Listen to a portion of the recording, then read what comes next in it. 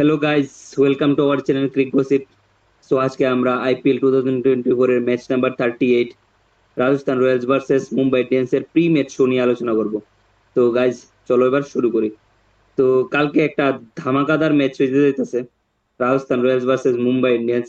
কারণ পয়েন্টস টেবিলের মানে রিকোয়ারমেন্ট অনুযায়ী মুম্বাই ইন্ডিয়ান্সের খুবই দরকার কালকের ম্যাচটা জেতার। তো মুম্বাই ইন্ডিয়ান্স তো কালকে হাত পের যাওই মারণ লাগবো। তো এটা যে কোনো ভাবে মারার ট্রাই করবো, যে কোনো ভাবে জেতার ট্রাই করব তাদের তরফ থেকে। প্লাস রাজস্থান রয়্যালস কিন্তু কোন রকমের হার মানানোর টিম না, আমি যতটুকু মনে করি। কারণ লাস্ট ম্যাচটাতে জস বাটলার একাই পুরা ম্যাচ পুলড আউট করে লইয়েছে অপোজিশন থেকে। তো এটা একটা দেখার বিষয়, কালকের ম্যাচটা কি হইতে যেতেছে। তো তোমরা কি তা মনে হয় কালকের ম্যাচটা কি হইব? মানে কি হইব বলতে কন্ডিশন কিতা হইব? কন্ডিশন মুম্বাই কালকে যে গ্রাউন্ডে খেলবো, আরসিবি রাজস্থান রয়্যালস এর হোম গ্রাউন্ড জয়পুরে। মুম্বাই তারা লাস্ট ম্যাচ রাজস্থানের সাথে ওই মাঠে জিতছে 2012-তে, এরপরে আর জিতছে না। তো ওই জায়গায় ওইটা একটা এক দশক পারিয়ে গেছে। তো এটা তারা কালকে চেঞ্জ করতে হইবো যদি জিততে লাগে। আর কালকে আমার মনে হয় না টস বেশি একটা কোনো ফ্যাক্টর হইব, কারণ মানে দুইটা টিমই এরকম টিম। আর মুম্বাইয়ের সাথে তো এরকম টসের কোনো ফ্যাক্টর হইতেছে না। তারা সবাই মানে সবাই কি তারা নিজেরাও ভাবতেছে যে তারা এরকম একটা টিম যে তারা যে যে স্পোর্টটাই তারা ভাবে চেস করে দেবে, কিন্তু অ্যাকচুয়ালি তারা চেস করতে পারতেছে না। তারা captain flop Hardik Pandya bowling হ্যাঁ করতে হচ্ছে চাপে পড়া, কারণ বিসিসিআই থেকে হেরে জানাই দিছে যে হেলতে বল করে। তো পিটা খা কার যাই করে বল করতেছে, পিটা তো খাইতেছে, উইকেট তো বেশি খাইতেছে না। বোলিংটা যাই হোক, ব্যাটিং এ ফ্লপ, সুপার ডুপার ফ্লপ। এবং যে জায়গা থেকে ম্যাচ জিতাতে পারতো মুম্বাই হয়েছিল দুইটা ম্যাচ, দুইটা জায়গা দিয়ে ফ্লপ করছে। মানে প্রতিটা ম্যাচই ফ্লপ করছে, দুইটা জায়গাতে ম্যাচ জিতাতে পারতো, দুই জায়গাতে ফ্লপ করছে হার্দিক পান্ডিয়া। আর রাজস্থান রয়্যালস এর হইয়া যদি কই, রাজস্থান রয়্যালস তারা এমন একটা টিম যে ম্যাচ তারা হাইরে জায়গা, ওই ম্যাচটা তারা জিতাই নিছে। তো কালকে একটা হাড্ডি হাড্ডি লড়াই হইব। তারপর কালকে তো পাল্লা বাড়ি থাকবে রাজস্থান রয়্যালস এর। তবে মুম্বাই কালকে জিততে মানে চেষ্টা করবো, চেষ্টা তো তারা করতেছে ঠিক আছে, কিন্তু কালকে যদি মুম্বাই হারে তাহলে তারা মানে এই সিজনটা কালকে তারা কালকে শেষ হয়ে যাবে। অলমোস্ট অলমোস্ট ডোর ডাই ম্যাচ কালকে।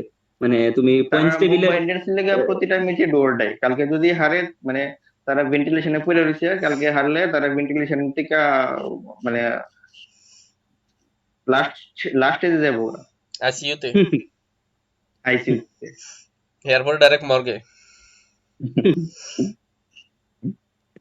দেখা যাক তাহলে। মানে যদি আমি হার্দিক পান্ডের পারফরমেন্সটা যদি দেখি, এবারে সিজনে তুমি যেটা কইছো, মানে Hardik Pandya super duper flop as a player. কারণ জিটির তরফ থেকে এর পারফরমেন্স অনেক, যতটুকুই আসলো এর 10%ও মুম্বাইয়ের হইয়া নাই। তো এ জায়গায় মুম্বাই একটা জিনিস, আমি যদি একটা কথা কই, যে গুজরাট টাইটেন্স থেকে হার্দিক পান্ডা আওয়ার পর গুজরাট টাইটেন্স এর লস হয়েছে কম্পারেটিভলি যদি দেখো, মানে টিম ব্যালেন্সের দিক দিয়া। কিন্তু মুম্বাইয়ের ভিতর হার্দিক পান্ডিয়া সেটা কোন রকমের লাভ কিছু হয়েছে না অক্ষণ পর্যন্ত, অক্ষণ তিনটা পর্যন্ত আর কি। টিমের লস হয়েছে, তিনটা টিমের। গুজরাটের তিনটা লস, টিমের লস হয়েছে। আর গুজরাটের বাস, মুম্বাই ইন্ডিয়ান্স এর ড্রেসিং রুমের বাস, আর মিডল দিয়া ব্যাঙ্গালোর ভাইয়ের সাথে ক্যামেরন গ্রিন্ডেল লিয়ে। গ্রিন্ডে ফিটটা রেড ব্যান্ড লিখেছে, এরপরে কোনো কাম হইতেছে না। আজকে গ্রিন্ডে মানে লাস্ট ম্যাচে গ্রিন্ডে গ্রিন জার্সি পরে নামাইছে, এরপরে হেরে হেরে রেড বানাই দিচ্ছে। তো যাই হোক, মানে এটা, তবে হার্দিক পান্ডিয়ার বোলিং পারফরমেন্স, ব্যাটিং পারফরমেন্স দুইটাই ফ্লপ। তবে হেয়ার ক্যাপ্টেন্সি নিয়ে যদি আলোচনা করি আর কি আমরা, তাহলে এটাও আমরা লাস্ট কয়েকটা ম্যাচে যদি দেখি, একদম নোটিসে পড়ে যে আকাশ মাতবার হ্যাঁ, হেরে প্রথম দুই তিনটা ম্যাচ হেরে খেলাইছে না। যে ম্যাচটা হেরে খেলা, যে ম্যাচটাতে হেরে খেলাইছে, ম্যাচ তো হারছে মুম্বাই।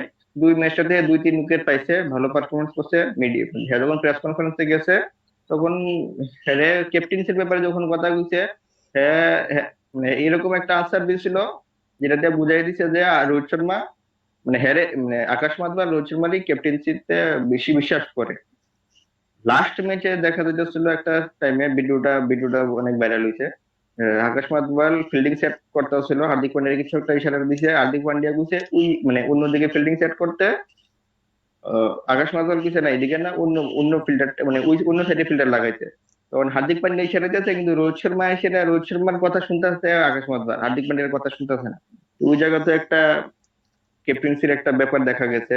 তারপরে লাস্ট যে সিএসকে ম্যাচটা খেলছে মুম্বাই ইন্ডিয়ান্স এর সাথে, আহ, মুম্বাই ইন্ডিয়ান্স সিএসকে এর সাথে যে ম্যাচটা খেলছে, ম্যাচটা হারছে পরে, তখনও হার্দিক পান্ডিয়ার মানে যখন ইন্টারভিউতে কথা বলছে তখন হার্দিক পান্ডিয়া একটা কন্ট্রোভার্সিয়াল স্টেটমেন্ট দিছে, যে হার্দিক পান্ডিয়া ডাইরেক্টলি কইছে যে সিএসকে এর হয়েছেরা তারা কি উইকেটস এর পেছে মানে কিপিং পজিশনে একটা প্লেয়ার আছে এম এস ধোনি, যে জায়গায় মানে হেড ওই ধোনির ডিসিশন থেকে অপোজিশনের ম্যাচটা হারিয়ে দেয় বা তারা সিএসকে এর হয়ে ফেভারে যা। তো এটা স্টেটমেন্ট এইরকম দিছে, বোঝা গেছে যে ধোনির কথা বাকিরা শুনতেছে সিএসকে টিম, কিন্তু মুম্বাই ইন্ডিয়ান্সে রোহিত শর্মার মতো প্লেয়ার হার্দিক পান্ডিয়ার হেল্প করতেছে না, ওই রকম ভাবে কথাটা বোঝা গেছে। কিন্তু অ্যাকচুয়ালি কিন্তু রোহিত শর্মা হেল্প করতেছে, কিন্তু হার্দিক পান্ডিয়া সেই হেল্পটা নিতে আছে আমার মনে হয় না নিতে আছে। কারণ দীনেশ কার্তিক যে ম্যাচটা আরসিবির সাথে যে ম্যাচটা খেলা হচ্ছিল, দীনেশ কার্তিক ভালো খেলছে, নো ডাউট। একটা সময়ে এক ওভারে দীনেশ কার্তিক থার্ড ম্যানের সাইডে তিনটা না চারটা চার মারছে এক ওভারে, তখন রোহিত শর্মা কইছে থার্ড ম্যান ফিল্ডারটা পিছিয়ে নিত না। হার্দিক পান্ডিয়া কিন্তু শুনছে না, হার্দিক পান্ডিয়া প্লেয়ারটারে সামনে রাখছে, কিন্তু ওই সেম ওভারে এক ওভারে তিনটা চার মেরে দিছে পিছিয়ে সেম পজিশনে। তো ওইটা দেখে বোঝা গেছে যে হার্দিক পান্ডিয়া কথা তো কইতাছে ঠিক আছে, হ্যাঁ হয়তো বা কি হেল্প করতেছে না, কিন্তু অ্যাকচুয়ালি কিন্তু এমন না, হ্যাঁ হেল্প করতেছে কিন্তু হ্যাঁ হয়তো হেল্প নিতেছে না, এটা দেখার বিষয়। বাটলার বাটলার বাটলার যদি একলোই খেলে মুম্বাইরে একলোই চুটকি মারে উড়াই লাগো, ঠিক আছে?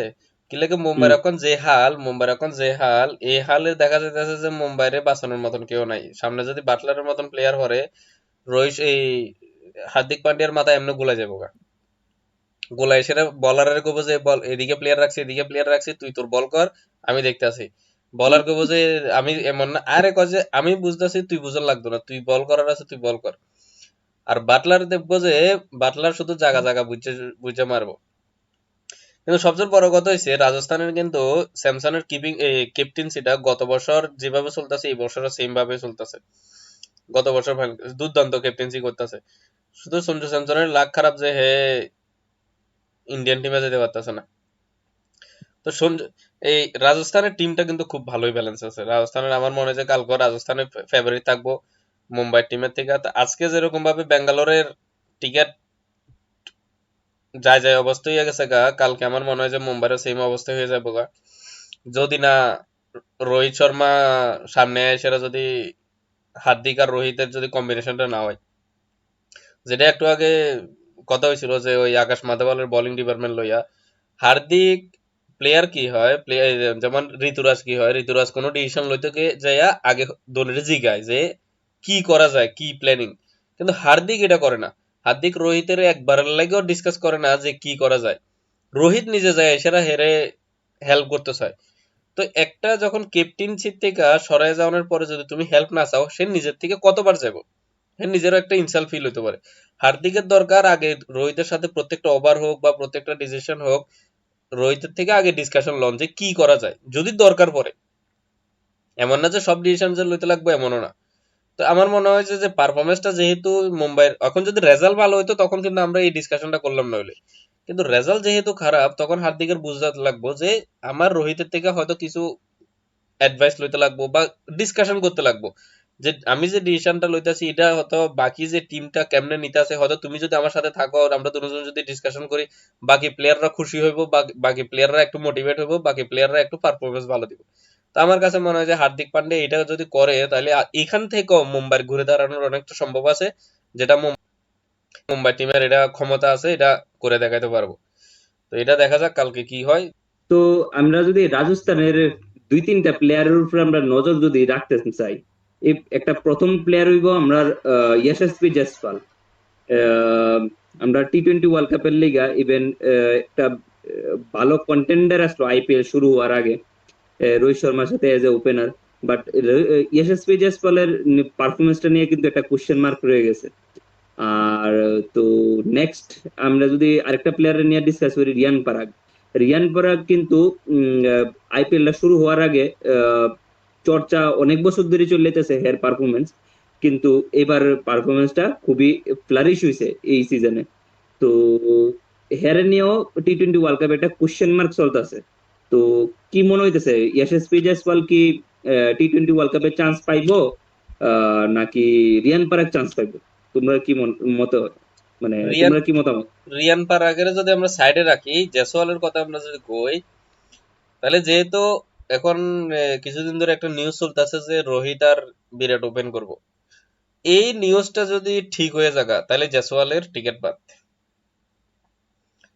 ব্যাকআপ ওপেনার হিসেবে রাখতে পারবো। কি লেগে, জয়সওয়াল ওপেনার ছাড়া খেলার কোনো চান্সে নাই। তো বিরাট আর রোহিতের যদি ওপেন করায় দেয় তাহলে তো জয়সওয়ালের নাই ওই। তো ব্যাকআপ ওপেনার যদি থাকতে পারে ব্যাকআপ ওপেনার রাখবো, এছাড়া জয়সওয়ালের প্লেস আমার মনে হয় না আছে। আর রিয়ান পারাগের কথা যদি কই, আমার চান্সেস খুব কম। এলাকা মিডল অর্ডারে ব্যাটসম্যান অনেক আছে, যেমন অনেক ভালো ভালো ব্যাটসম্যানও তোমার ওয়েটিং আছে, যেমন শিবম দুবে ওয়েটিং লিস্টে, এমন না যে শিবম দুবেও কনফার্ম। তো মিডল অর্ডারে আমাদের কে আছে, সূর্যকুমার যাদব, সুরিয়া, রিঙ্কু সিং, তারপরে আছে আরেকজন কে, হার্দিক, কিপার কিপার তো এখন লাগবে একজন, ঋষভ পান্ত বা KL রাহুল কও আর সঞ্জু স্যামসন কও। সঞ্জু। ভাই এটা কে রাহুল না, না না, ভাই হাত জোর করে আচ্ছা বলেছে। আমরা বাতে দিছি নামটাকে, বাট কে এবার মনে করো ঋষভ পন্ত, কি লেগে বোর্ড করতেছে যে ঋষভ পন্তের প্রবাবিলিটি একটু বেশি। হুম। আর যদি সঞ্জু স্যামসনের লয়ে যায় তো উইকেট কিপার গেছে গা এখানে। তো রিঙ্কু সিং আছে, সূর্যকুমার যাদব আছে, তাহলে রিয়ান পারাগের স্থান কই? এবার তুমি যদি রিয়ান পারাগ আর শিবম দুবের যদি রাখো, তাহলে শিবম দুবে আমার কাছে মনে হয় যে আগে চান্স পাইবো। তো রিয়ান পারাগের চান্সেস শিবম দুবের পরে। তো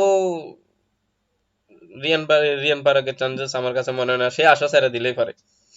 আর এদিকে এখন দিনেশ কার্তিকও একটা মেসেজ করছে যে I am ready to play T20 world contribute, cup, what ever I can do. Ready to contribute.